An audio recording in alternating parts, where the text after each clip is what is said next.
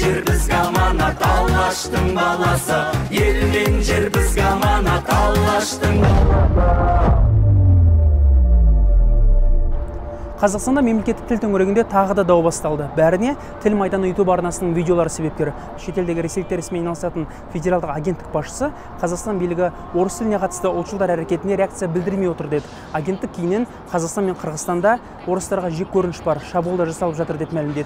Нұрсұлтанның Мәскеу мәлімдемелеріне жауабы көп күттірмеді. Қазақстан президент әкімшілігі жетекшісінің бірінші орынбасары Дәурен Абаев мемлекеттік мекемелер мен дүкендерде қазақша қызмет көрсетуді сұрап жүргендер ісін өңірдегі ұлтшылдық деп атады. Вне всяких сомнений, такие прецеденты недопустимы и возмутительны. Подавляющее большинство наших граждан осуждает такие проявления пещерного национализма.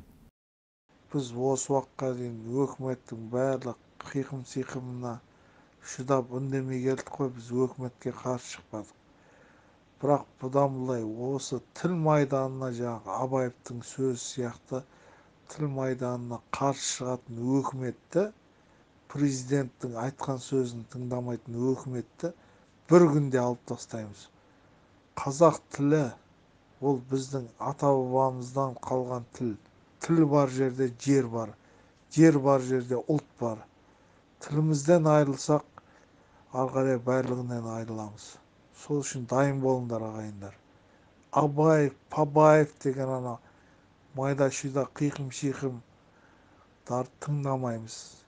Тек бізде Қазақстан Республикасының конституциясы бар, одан кейін президенттің сөзі бар. Соны тыңдап, соны қолдап, соны көтерейік. Одан кейін Ресей, отаршыл Ресейдің біздің ішкі саясатымызға араласуға жол бермейік. Көтерілейік қазақтар.